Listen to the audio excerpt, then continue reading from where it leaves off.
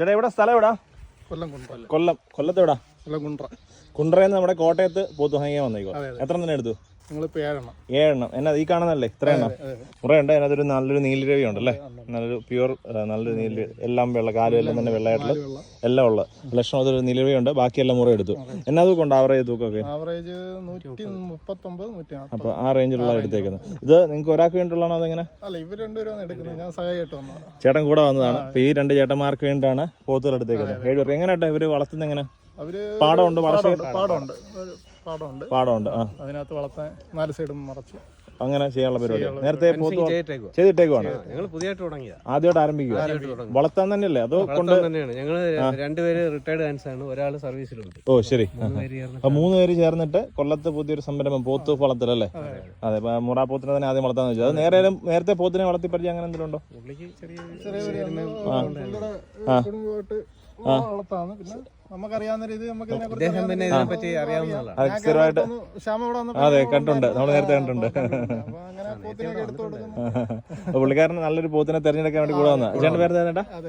ഹരിചേട്ടനാണ്. അപ്പോൾ ഈ ഒരു 7 പോത്തിനെ തെരഞ്ഞെടുത്ത് കൊടുത്ത്. എല്ലാം പോത്തിന് എരുമയൊന്നും ഇല്ലല്ലോ?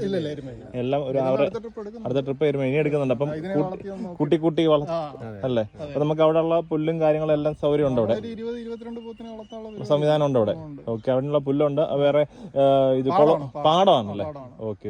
അപ്പൊ അതിനെ പാടത്ത് മേയാൻ വിട്ടിട്ട് അങ്ങനെയുള്ള പരിപാടി അല്ലേ? നമുക്കൊരു പെരുന്നാൾ നോക്കിയുള്ള ഇതാണ് നോക്കുന്നത്.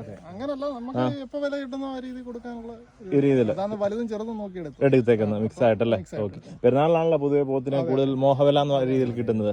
ഓക്കെ, നമ്മള് വണ്ടി എന്തെങ്കിലും അറേഞ്ച് ചെയ്തിട്ടുണ്ട്?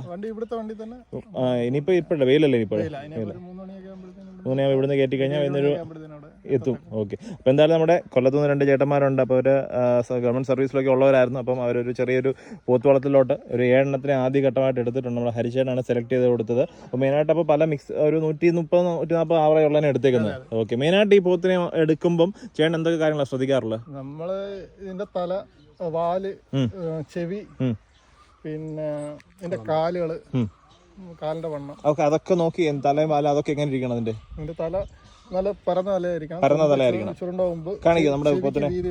കാണിച്ചു നമ്മുടെ പോത്തിനെ ഒന്ന് ഓർമ്മ നമ്മുടെ എല്ലാം യഥാർത്ഥ ലക്ഷണം എന്ന് പറയുന്നത് ഇതാണ്. പിന്നെ ഇതിന്റെ തൊലി പിടിച്ചു നോക്കും. തൊലിയുടെ വളർച്ച ഇവിടെ നോക്കും.